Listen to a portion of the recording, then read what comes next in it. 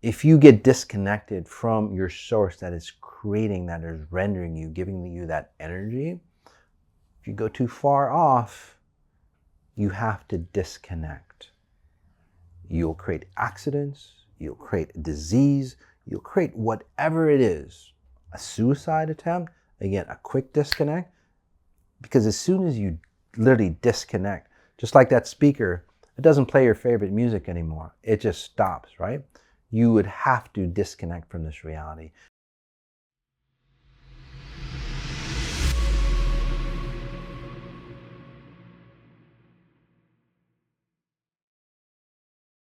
Masati, welcome to my podcast, Exponential Intelligence. Today we're going to be talking about why people want to kill themselves. Kind of crazy topic, right? But as you've noticed, say what's happening in the world, it's becoming a pandemic in itself. Now there's different versions of why people want to kill themselves. I just want to kind of go through some of the reasons why some of the therapies, and then some of the solutions, okay? Because it's so sad. Just the other day, I was listening to a young girl. She's only like 9 years old. Again, like 2-3 suicide attempts, right? And I tapped into her, right, with my abilities, and I'm going, oh, it's an easy fix. And I'll explain the details on how easy a fix it could be. Now, by the way, guys, I'm not saying this is a cure, anything like that. If you have suicide, temptations, if you know of anybody, again, connect to the proper help. Suicide hotline, they're out there to help you, okay? So, but I am offering you a deeper reason, a deeper understanding on why, again, somebody would want to commit suicide, right? Especially if their lives are really fantastic. Like, look at a lot of those entertainers, right? God, a ton of entertainers. You think they'd have the ultimate life, the life that we all crave for, right? They've got the beauty, they've got the looks, they've got the money, they've got the talent, and then they commit suicide. How does that work? And most of these therapies, I'm not going to go into any of the therapies, but again, most of these therapies are just based on that. It's like they show you that, hey, life is really good and you should pay attention to it, right? But they can't. Those individuals, again, can't understand why, and it's even worse, why their life could be really good and why they feel so disconnected. That's the key. When you ever ask somebody who's depressed or suicidal, they go, somehow I feel disconnected. Or if you look at somebody, or if you know anybody, right, who are depressed and suicidal, they go, wow, they're really disconnected from the world. What does that tell you?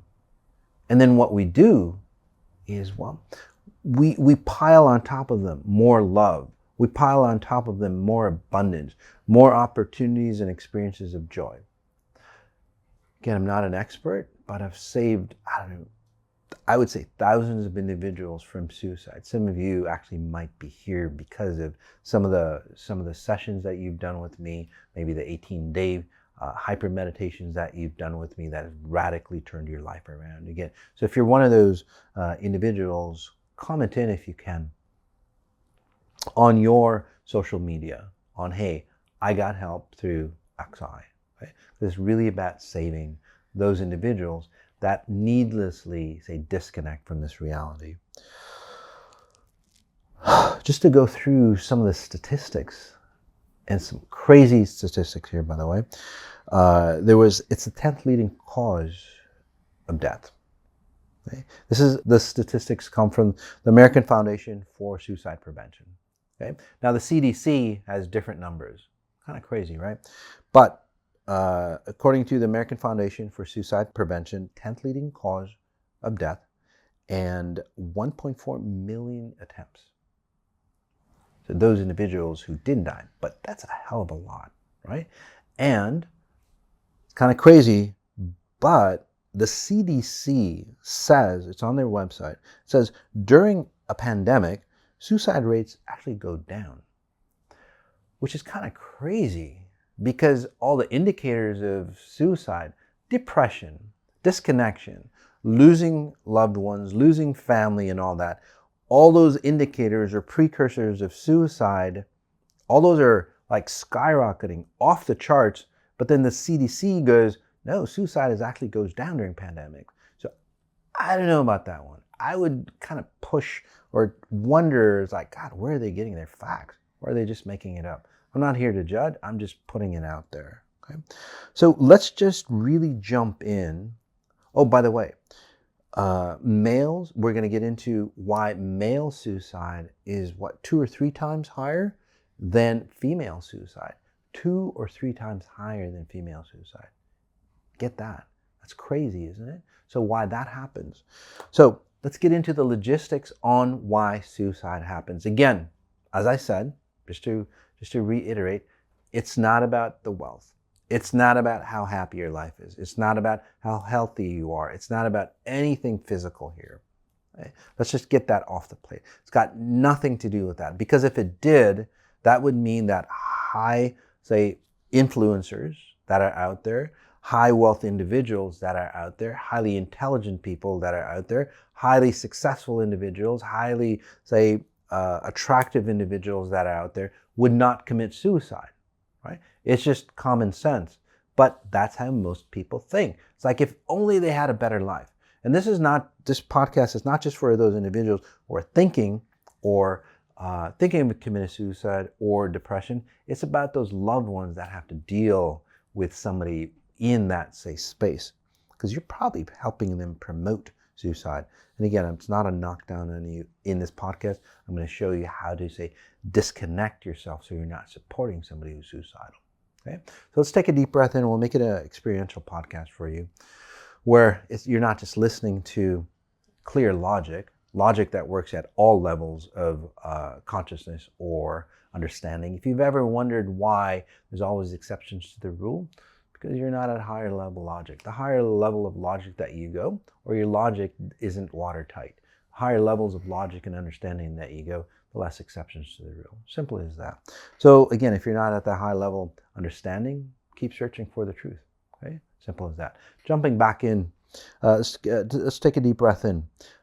And I'll break it down for you. Very simple, very high level. And maybe I can help you out, help you feel it as well. Okay, why don't we do this? Let's take a deep breath in. Let's close your eyes. Get comfortable. And if you're driving, obviously I would put this on pause and not do the meditation if you're driving or some kind of activity. Again, take a deep breath in. Notice you. Notice your spine. Notice your chest. I'm just going to be silent for maybe a minute, maybe longer.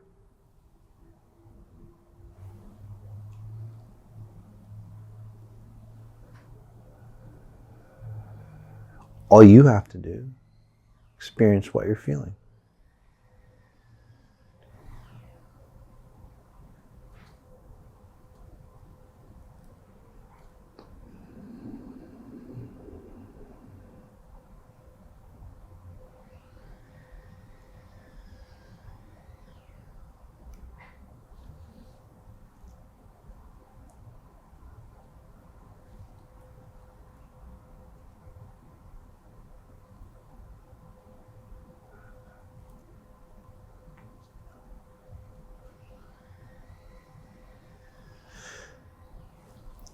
Did you feel a disconnect? Some of you might feel it right away. Some of you might feel it later or experience, say, a difference later. But I'll go through the symptoms. Did you feel a disconnect? Did you feel a void? Did you start to question yourself? Did you start to become more antsy or anxious?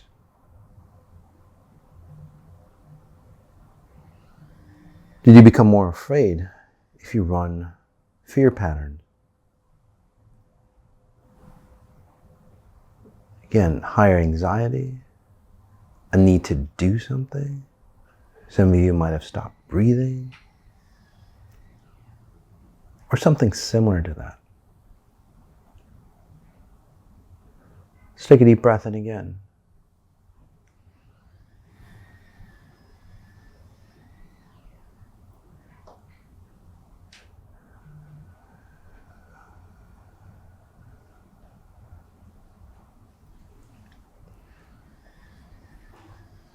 Your reality didn't change. You still have the same money situation.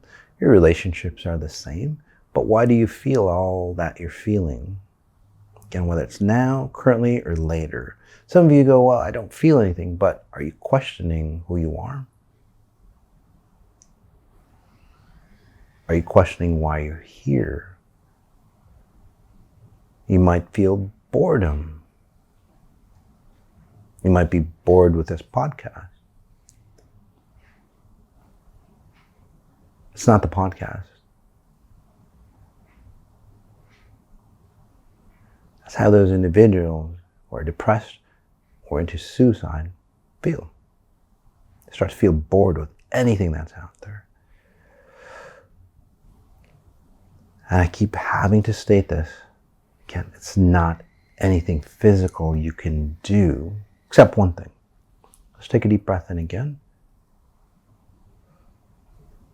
By the way, I didn't change anything about you other than how you render yourself in space-time. I know it sounds crazy. You don't have to know the science behind it.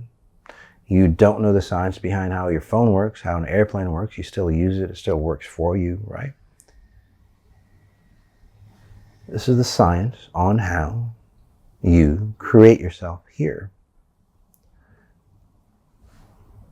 So the number one reason why, and the only reason why somebody would want to commit suicide is because they don't know where they created themselves in space-time. Just sit with me. It sounds crazy, but think about it. If you know anybody that's committed suicide, if you've heard stories, right, you always wonder, it's like, I did this for them, I did that for them. It didn't work out because that's not the problem. So let's take a deep breath in again. What if I could bring you back to center? I'll give you a deeper example on that, or an analogy. But let's bring you back to center, especially for those who are depressed or suicidal.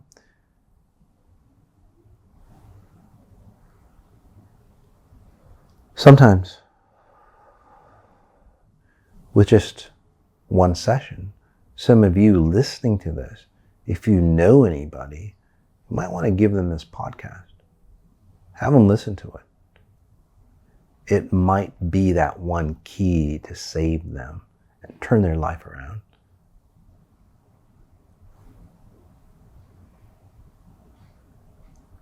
And we also have a free download, a deeper meditation for you that you can do as well. But even on this podcast, breath in.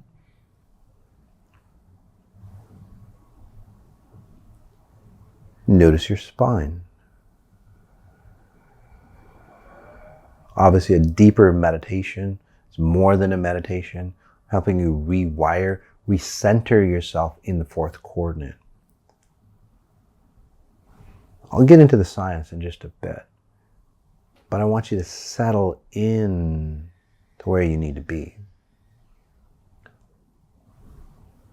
And throughout this time, through the rest of this podcast, I'll help you recenter yourself.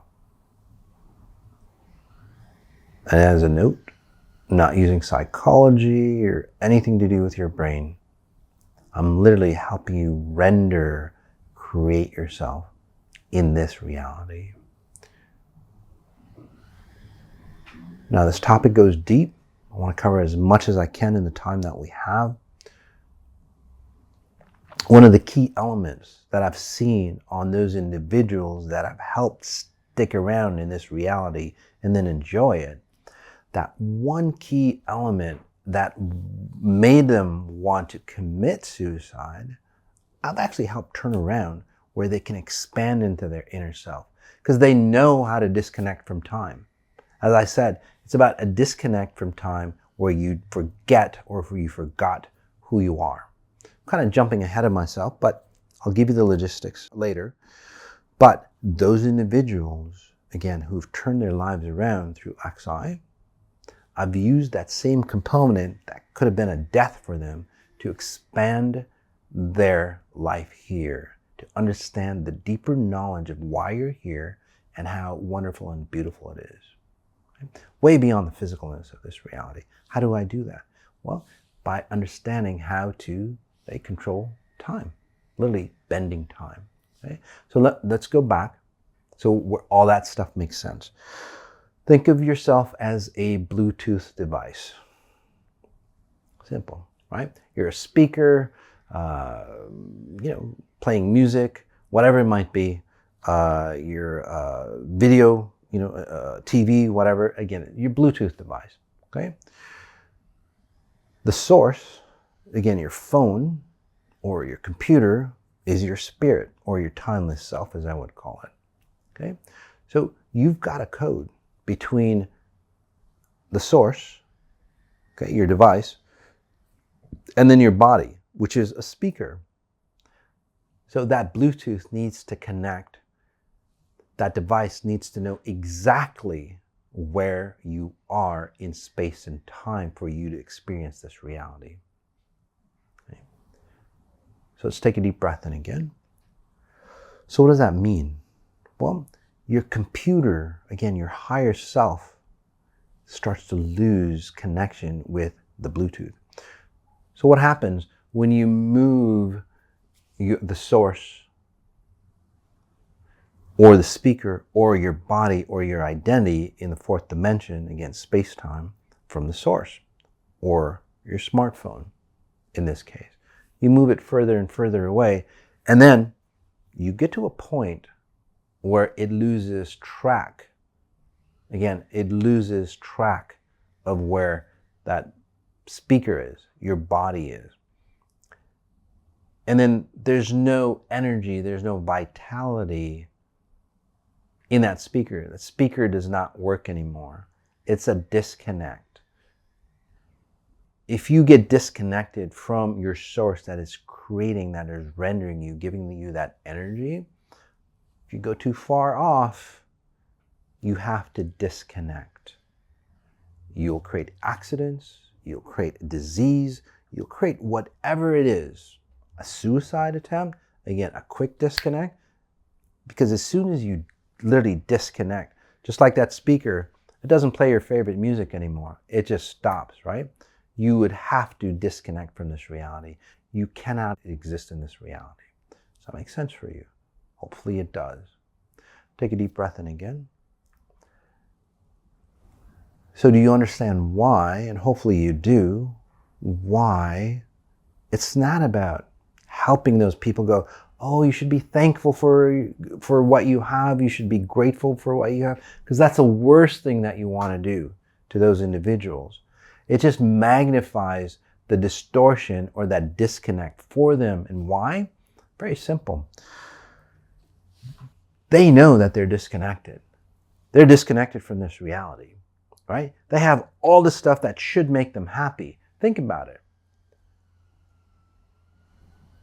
They have all the stuff that should make them happy, and then they go, well, and then you tell them, and this is, again, the enabling aspect, that you're helping them, again, commit. And again, I could be all off on this, but I've helped thousands and thousands of individuals. Okay? Could be off. So what you're telling them is that you're not happy. You should be happy and grateful for all this that you have. Especially, and then you go, and I've done all this stuff for you. Again, so you should be happy and living. And then they go inside and then they tell themselves, it's like, God, you're right. I should be happy. But then they go, why am I not? I must be a total fuck up. Because there's a lot of people out there that are homeless and this and that. And I've got all this stuff. And I'm still not happy? I must be really fucked up. I can't even enjoy what I have. So how does that work psychologically? So now, again, they're disconnected from space and time, physically and mentally, right? Physically, again, they don't have that nourishment of self, of their presence to enlighten themselves. And now they don't have that nourishment from you going, hey, God, you're too stupid to understand what you have. Literally, that's what you're telling them. No matter how much in a loving framework that you put it in, that's basically what you're telling them. Again, what you're telling him is like, damn, I can't even figure out how to be happy, although I have all this stuff. So I suggest, right? I suggest that you do this. You help them understand and then connect back to the source. That smartphone. You bring that speaker closer to the source. You bring your body closer to the source. It reconnects the connection, and you start playing the music that you want to hear, right? Depression is simply, where your Bluetooth speaker goes out and it's kind of blotchy, right? You kind of can hear something as it goes in and out. That's depression for you. And then severe depression is just that space between that, it's like you can kind of hear it and then all of a sudden it just plops out. That's severe depression. Light depression is basically, it's like, I'm just getting too far out of range. Simple as that. So what you want to do, spatial referencing, and I'll give you basic spatial referencing on the 18 days. We go into 18-day hyper meditations. And I suggest if you're suicidal or anything, just take the essential, not the accelerated. Again, it's very intense transformations. Just take the essential for you, or better yet, the elevation. Right? It's a great first step for you to come into your identity of who you are. Okay? Give it a try. And like I said before, we do have a suicidal meditation that we do for you as well, and it's just totally free for you. So what you want to do, whether you are suicidal or you have a loved one around you, is that you spatial reference with them. So spatial referencing is just like a GPS system. It tells you where you are in your environment. That's all they're lacking. They don't understand where they are in their environment for some reason. And again, personal sessions and all that, we get into all the details on why you would have suicidal thoughts or patterns. And there are different reasons, by the way. And I'm going to just cover a few of them, some of the unknown ones, okay? So you want a spatial reference. So the way you spatial reference is like, hey, you know what? I see that you're sitting in the chair and I see that you're bummed out. Simple as that. You point to an object and then their body. Hey, so-and-so's cooking. I can smell what they're cooking. They would have to smell, and it pulls them into the reality, pulls them into closer, say, reality than where they were. It's like going to a shopping center. We've all done that, right? We've gone to a huge shopping center. We forgot where we put our car. And then we search for hours and hours. A lot of people feel that way. It's like, where the hell am I? Where is that source that I'm looking for? When you help them spatial referencing, you're helping them find their identity of where they are in this reality. Okay? There's five senses. You can do it all 5 ways, and I'll go through it for you. Again, we went through visual. I'm sorry, we didn't go through the visual yet. We went through the touch. Again, hey, you're sitting on that chair, right? And I see that you're depressed. Or you're sitting on that chair watching TV. Whatever it is, again, it's the object, right? They're touching the chair. So that's touch. The smell. Oh, that smell is coming from the kitchen. And it's like that smell's coming from the kitchen as I see you sit here. It sounds kind of crazy. Just kind of go through it. You'll get comfortable with it. They'll go, what? And it kind of shakes them up anyway, which pulls them into time. Okay? By the way, those individuals who go a step further, they don't want to commit suicide. So what do? They hurt themselves. They cut themselves. Why do they do that? It's like, why would anybody want to destroy their body? Well, because it feels euphoric. Not because they like the pain. Because they're separating. They're creating that void that I helped you create. And the only way they think they can do it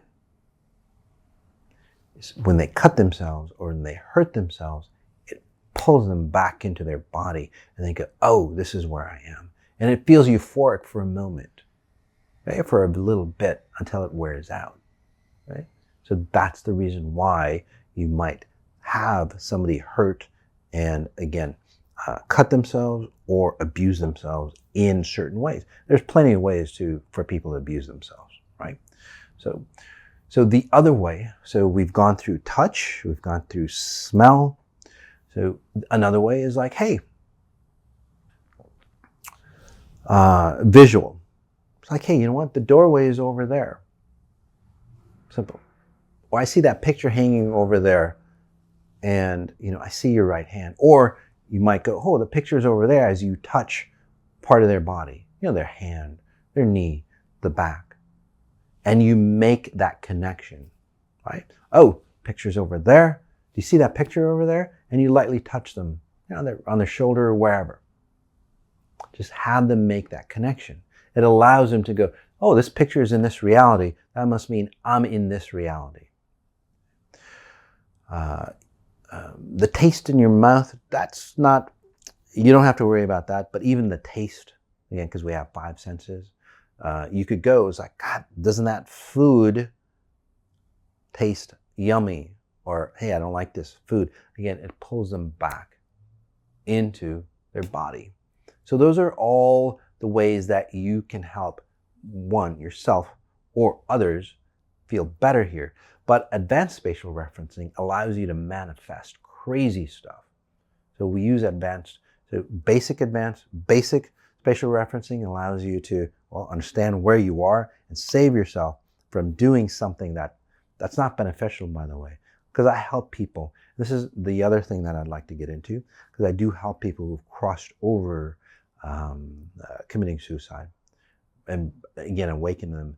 So those last moments, since you don't know where you are in space and time, again, the last few moments of your death, you recreate forever on the other side, because there is no space and time.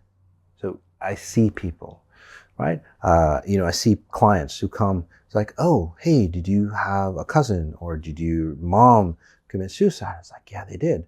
It's like, oh, well, they're still, and I can tell them, again, the last few moments of desperation, because even if it's like 40 years ago, and this is real life stories, 40 years ago, it's like, oh, they're still in the last few moments.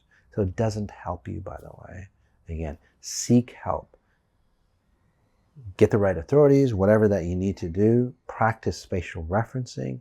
Get into nature, touch things, go swimming, whatever it is to help you feel your body. Right? That's all you need to do. Practice it, and you'll see how amazed or how connected you are, or how connected you can get. Okay? Some of the other aspects that I promised that I talk about, why suicide is a lot higher in men than females.